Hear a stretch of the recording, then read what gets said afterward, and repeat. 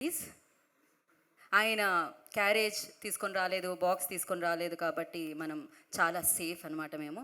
Thank you so much. Sunil గారు మీరు ఎక్కడ ఉంటే అక్కడ నవ్వలు. థ్యాంక్ యూ అండి, థ్యాంక్ యూ సో మచ్. వచ్చిన అందరికీ నమస్కారం అండి. ఫస్ట్ నేను ఆదిక్ గారికి థ్యాంక్స్ చెప్పాలి.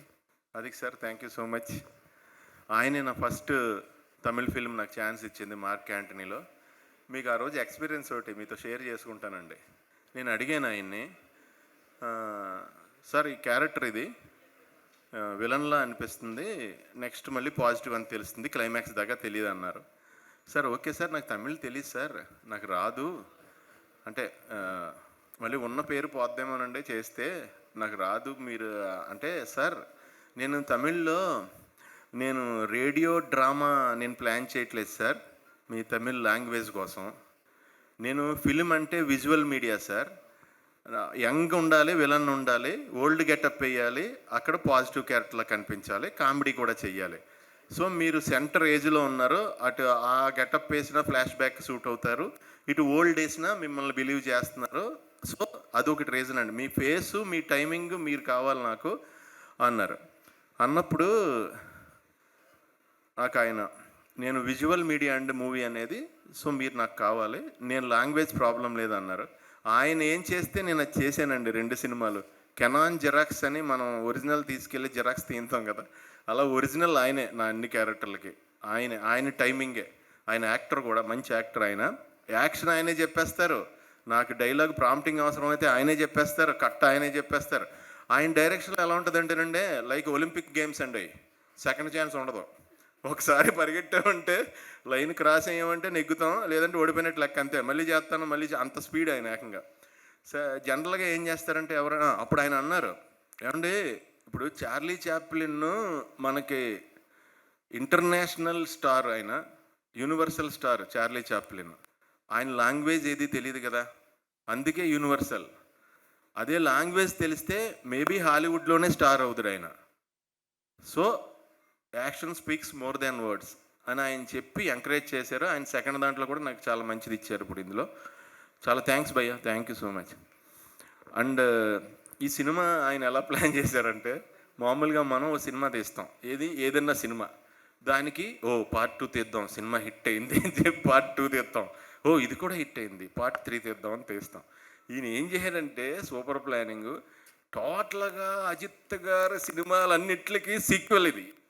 అంటే ఒక 10 అనే అనే అనే వైబ్రేషన్ లాగా తీసుకొచ్చి, అందులో మళ్ళీ ఒక మంచి లైను, అంటే సన్ కోసం ఫాదర్ ఇది వదిలేయటం, వైలెన్స్ వదలడం అనే లైను అది పెట్టి, మిగతాది ప్యాకింగ్ అంతా ఏంటంటే, నవ్వేడేస్లో ఇప్పుడు పబ్జీని ఫార్ట్ నైట్ ఈ గేములు ఆడుతున్న పిల్లలు ఉన్నారు కదండి, వాళ్ళ గేముల స్పీడ్కి అలవాటు పడిపోయి, మనం 5 నిమిషాలు ఇలా ఆగి ఇలా కింద చూసి పైకి చూస్తే ఆడు ఎందుకు అంతసేపు చూస్తున్నాడో అనే సెన్స్లోకి వచ్చారు వాళ్ళు. ఎప్పుడైనా ఏడుపు వచ్చినప్పుడు కొంచెం టైం పడుతుంది కదా, ఆడ క్యారెక్టర్ని బట్టి ఫీల్ అవుతాడు కదా, అంటే అంత చిన్న ల్యాగ్ కూడా they are not bearing. So వాళ్ళకి కరెక్ట్గా పర్ఫెక్ట్ డైరెక్టర్ ఆదిక్, ఎందుకంటే స్పీడ్ సినిమా ఎక్కడ ఆగదు. అండ్ ఇందులో కొత్త బ్లెండ్ ఏంటంటే, సాంగ్ పెట్టారు ఫైట్ సీక్వెన్స్లో, అంటే న్యూ బ్లెండ్ అది. ఓ రకంగా ఫైట్ సీక్వెన్స్లో సాంగ్ పెట్టడం అనేది కొత్త థాట్.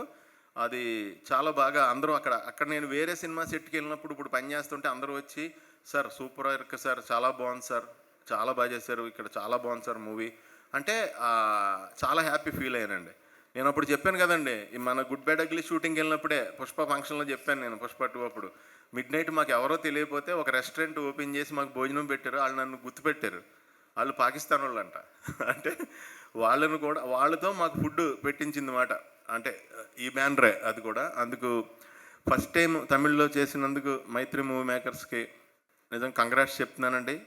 ఇలాగ మీరు ఇంకా చాలా పెద్ద పెద్ద హిట్ సినిమాలు చెయ్యాలి తమిళ్లో, యూనివర్సల్గా అన్ని లాంగ్వేజ్ల్లో మీరు చెయ్యాలి.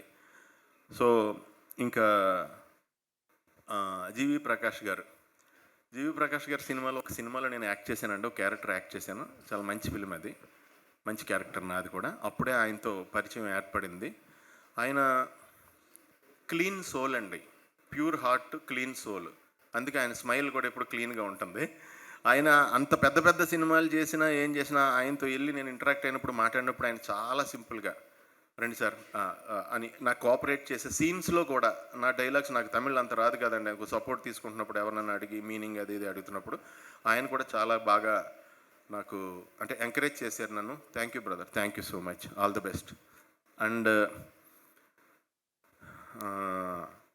నాకు అజిత్ గారు ట్రావెల్ ఈ సినిమాలోది చెప్పాలి మీకు, ఎందుకంటే నేను అంత సింపుల్సిటీ ఉన్న మనిషిని, కోర్ ఎనర్జీ అంటే లోపల మనకు ప్రాణం ఉంది కదండి, అది ఒప్పుకోదు, పట్టుదల అంటాం కదా దాన్ని, అది హయ్యెస్ట్ గ్రేడ్లో ఉన్న మనిషిని చూసినట్టు ఫీల్ అయ్యానండి అజిత్ గారిని చూడగానే.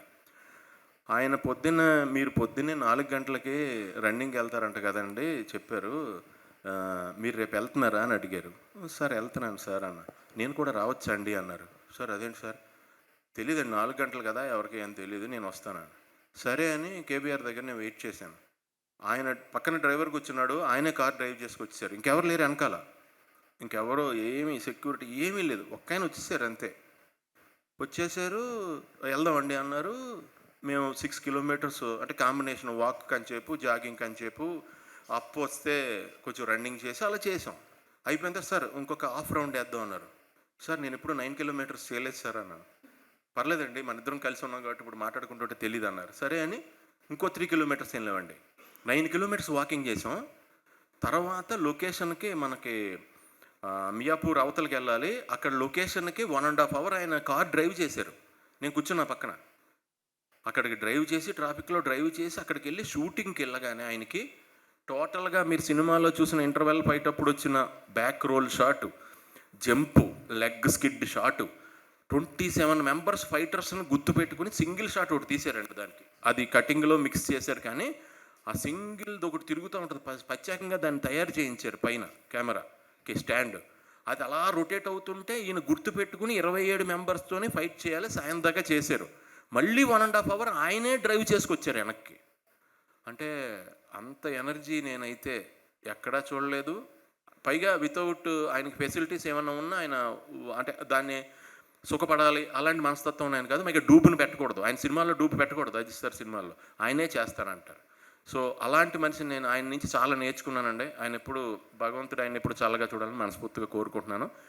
అక్కడ ఇప్పుడు ఈ రోజుని అప్పట్లో గబ్బర్ సింగ్ సినిమా పవన్ కళ్యాణ్ గారి సినిమా కోసం ఎలా వెయిట్ చేసి ఫ్యాన్స్ అంతా చూసి సినిమా వచ్చాక సెలబ్రేట్ చేసుకుని ఎలా పూనకాల్లోకి వెళ్ళిపోయారో ఇక్కడ, అలాగే ఈరోజు తమిళనాడులో మలేషియాలో శ్రీలంకలో మొత్తం యూనివర్స్లో ఎవరైతే ఉన్నారో Ajith sir fans, Ajith sir cinema చూసిన వాళ్ళు అండ్ వేరే అదర్ హీరోస్ ఫ్యాన్స్ అందరూ కూడా అజిత్ సార్ని ఇలా చూడాలనుకునే వాళ్ళు వాళ్ళందరూ కూడా పండగ చేసుకుంటున్నారండి. సార్కి Contact Saurya Consultancy. Contact 89851 89851.